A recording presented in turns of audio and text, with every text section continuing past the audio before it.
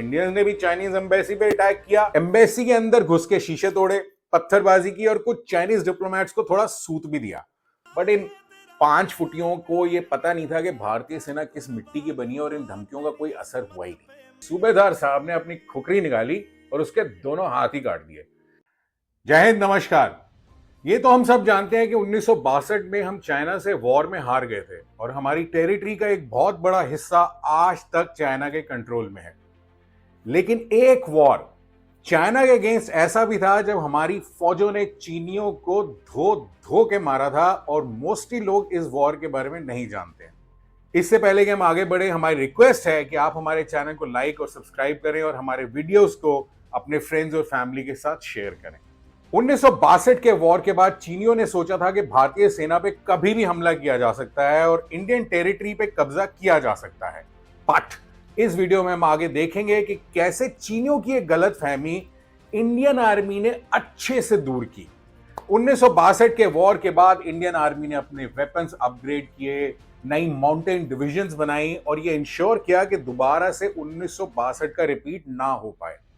1965 में हमें एक बार फिर से एक वॉर में जाना पड़ा पाकिस्तान के अगेंस्ट, और उस टाइम पे पाकिस्तान चाइना से उम्मीद लगा के बैठा था कि चाइना इंडिया के अगेंस्ट सेकंड फ्रंट खोल देगा इंडिया की उत्तर पूर्वी सीमा या नॉर्थ ईस्ट बॉर्डर पे, सो दैट इंडिया को 2 फ्रंट्स पे लड़ना पड़े। चाइना ने दूसरा फ्रंट शुरू नहीं किया क्योंकि चाइना उस टाइम पे ज्यादा इंटरेस्टेड था वियतनाम में, जहां अमेरिका लड़ रहा था। मगर चाइना ने इंडिया को धमकी दी और बोला कि इंडिया नाथुला और चोला दर्रे या माउंटेन पासेस से अपनी फौज हटा ले, जिस बात पे इंडिया ने चाइना को दिखा दिया ठेंगा, क्योंकि ये दोनों पासेस इंडिया के लिए रणनीतिक या स्ट्रैटेजिकली इंपॉर्टेंट पासेस हैं। ये दोनों पासेस आते थे सिक्किम में, जो उस टाइम पे एक इंडिपेंडेंट एरिया था और इंडिया में शामिल नहीं हुआ था, और जाके 1975 में सिक्किम इंडिया का पार्ट बना। 1950 से लेकर जब तक सिक्किम इंडिया का पार्ट नहीं बना, तब तक सिक्किम की सिक्योरिटी इंडियन आर्मी के अंडर आती थी, जैसे कि आज भी भूटान की सिक्योरिटी इंडिया के अंडर आती है, और चीनियों को इस बात से बहुत चिढ़ थी। अब जब इंडिया ने दोनों पासेस वेकेट करने से मना कर दिया तो चीनियों ने सलामी स्लाइसिंग शुरू कर दी, जिसमें चाइना थोड़ा थोड़ा लाइन ऑफ एक्चुअल कंट्रोल को क्रॉस करता है और फिर उस एरिया को अपना एरिया क्लेम करता है। बेसिकली थोड़ा घुसपैठ करता है, थोड़ा सा वापस आते थे, थोड़ा सा घुसपैठ करते थे, थोड़ा पीछे जाते थे, और ये ड्रामा चलता रहा 1968 तक। जून 1968 में चाइना ने इंडिया के 2 डिप्लोमेट्स को जासूसी या स्पाइंग के आरोप में बेजिंग में अरेस्ट कर लिया, जो कि डिप्लोमेटिक कन्वेंशंस के अगेंस्ट है। ये डिप्लोमेट्स थे के रघुनाथ और पी विजय, और इन पे आरोप लगाया गया कि ये एक मिलिट्री इंस्टॉलेशंस की फोटोज ले रहे थे, जबकि सच्चाई ये थी कि ये दोनों बेजिंग घूमने के लिए निकले थे और एक बुद्धिस्ट टेंपल में स्लीपिंग बुद्धा की प्रतिमा की फोटो ले रहे थे। इन दोनों पे कोर्ट केस चलाया गया, इनकी फोटोज और वीडियोस पब्लिकली सर्कुलेट किए गए, इनको फाइनली चाइना से निष्कासित या एक्सपेल कर दिया गया। और जब ये एयरपोर्ट पहुंचे इंडिया आने के लिए, तो एयरपोर्ट पे चीनियों ने इनको मारा और इनके साथ बहुत गंदा बर्ताव किया। ये बात जब हिंदुस्तानियों को पता लगी तो इंडियंस ने भी चाइनीज एम्बेसी पे अटैक किया।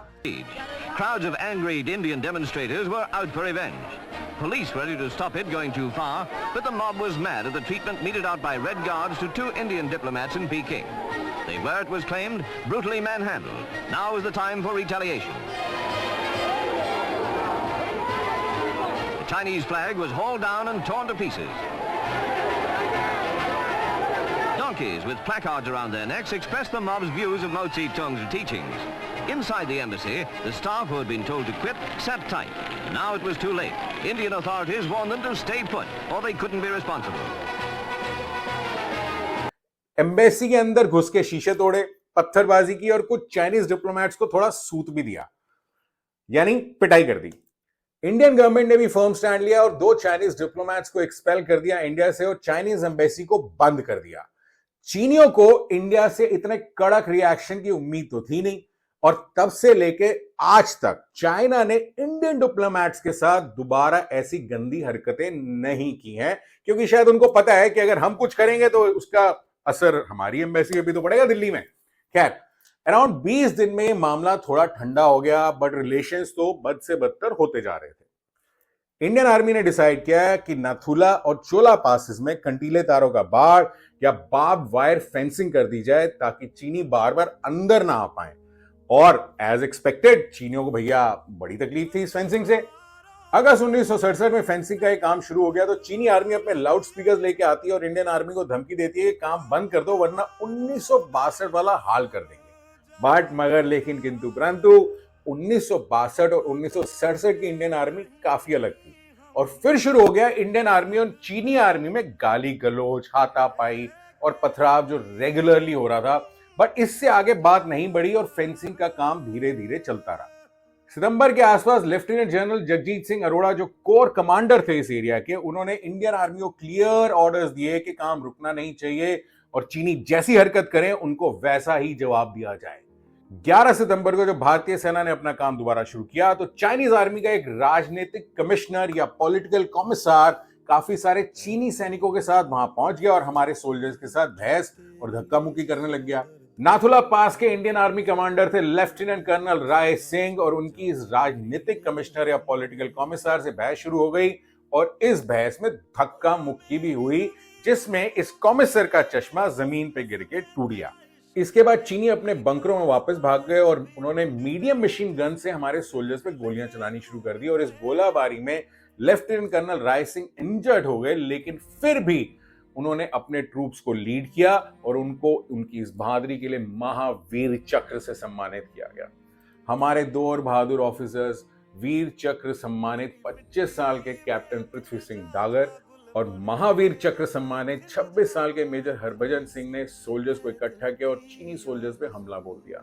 इन्होंने उन चाइनीज पोस्ट पे हमला किया जहां चीनी मीडियम मशीन गन्स थी और उन्होंने कुछ पोस्ट पे कब्जा भी कर लिया और दोनों इस लड़ाई में शहीद हो गए। चीनी सेना ने अचानक या सडन अटैक किया था और हमारी सेना के ऑलमोस्ट 70 सैनिक या तो घायल हो गए थे या भारत माता के लिए अपनी जान दे चुके थे। और इसके बाद हमारी सेना के तोपखाने आर्टिलरी ने वो चीनियों पे आग बरसाई कि चीनियों को नानी याद आ गई। चीनी बंकर्स को मिट्टी में मिला दिया गया। अगले 1-2 दिन में ही भारतीय सेना ने चीनियों को पीछे धकेल दिया और काफी एरिया को अपने कब्जे में ले लिया। हमारी सेना ने पहाड़ों पे कमांडिंग हाइट्स पे कब्जा कर लिया जिसे हम आसानी से चीनियों पे हमला कर सकते थे। चीनी सेना को हमारी सेना की इतनी जोरदार जवाबी कार्रवाई या स्ट्रॉन्ग रिटेलिएशन की उम्मीद नहीं थी और अब चीनियों ने धमकी देनी शुरू कर दी कि हम अपनी एयरफोर्स से तुम्हारे पे हमला करवाएंगे। बट इन 5 फुटियों को यह पता नहीं था कि भारतीय सेना किस मिट्टी की बनी है और इन धमकियों का कोई असर हुआ ही नहीं। अब मरता क्या ना करता, चीनियों ने युद्ध विराम या सीज फायर का प्रपोजल भेजा जिसे हमने रिजेक्ट कर दिया, मगर अपनी सेना को यह जरूर बोला कि अगर चीनी शांति से रहते हैं तो हमारी तरफ से भी कोई मूवमेंट ना हो। काफी लोगों को लगा कि शायद अब शांति हो चुकी है, बट अभी कहानी बाकी थी। अब कहानी शिफ्ट हुई चोला पास की तरफ। चोला पास में एक पत्थर था जो एक तरह से सीमा का सीमांकन या बॉर्डर डिमार्केशन करता था। उस एरिया की हमारी प्लाटून के कमांडर थे नायक सूबेदार ज्ञान बहादुर लिंबू और 1 अक्टूबर को उनकी बहस शुरू हो गई चीनी प्लाटून से। वो पत्थर जो बॉर्डर डिमार्केट करता था उस पे हमारे कमांडर ने अपना पैर रख दिया और चीनी कमांडर ने उनको धक्का दे दिया और राइफल से उनको मारा और हमारे सूबेदार साहब ने अपनी खुकरी निकाली और उसके दोनों हाथ ही काट दिए। नायक सूबेदार ज्ञान बहादुर लिंबू और उनकी पोस्ट के कमांडर लांस नायक कृष्ण बहादुर ने चीनियों को उनके बंकरों में भगा दिया जहां से उन्होंने इन लोगों पे गोलियां चलानी शुरू कर दी। राइफलमैन देवी प्रसाद लिंबू जो इस हमले के दौरान सीधे अपनी पोस्ट कमांडर के पीछे थे, जब उनका गोला बारूद खत्म हो गया तो उन्होंने चीनियों पे अपनी खुकरी लेके हमला कर दिया और शहीद होने से पहले अपने साथ 5 चीनी सर लेके आए। राइफलमैन को वीर चक्र से सम्मानित किया गया। यह लड़ाई अगले 10 दिनों तक चली और हमारे वीर गोरखाओं ने अपनी बंदूकों और खुकरियों के साथ भयंकर लड़ाई करते हुए चीनियों के नाक में दम कर दिया। चोला और नाथुला में लड़ी गई लड़ाई ने 1962 की लड़ाई के दर्द को दूर कर दिया और आज तक ये दोनों दर्रे या पासेस इंडियन कंट्रोल में हैं और सिक्किम भी 1975 में भारत के नियंत्रण में आ गया। नाथुला और चोला की लड़ाइयों में भारत के लगभग 88 सैनिक शहीद हुए और लगभग 163 घायल हुए, जबकि चीनियों के 400 से ज्यादा सैनिक मारे गए और 600 से ज्यादा घायल हुए। कर्नल संतोष बाबू के नेतृत्व में गलवान घाटी में हुई घटना में हमारे सैनिक शहीद हुए, मगर चाइना को एक बार फिर भारतीय सेना ने याद दिलवाया कि पंगा नहीं लेना वरना बहुत मारेंगे। आज के टाइम पे भी जो बॉर्डर पे चाइना के साथ टेंशन चल रही हैं, उसमें भी हमारी सेनाओं ने चाइना को क्लियर मैसेज दे दिया कि अगली बार 1962 नहीं 1967 का रिप्ले किया जाएगा।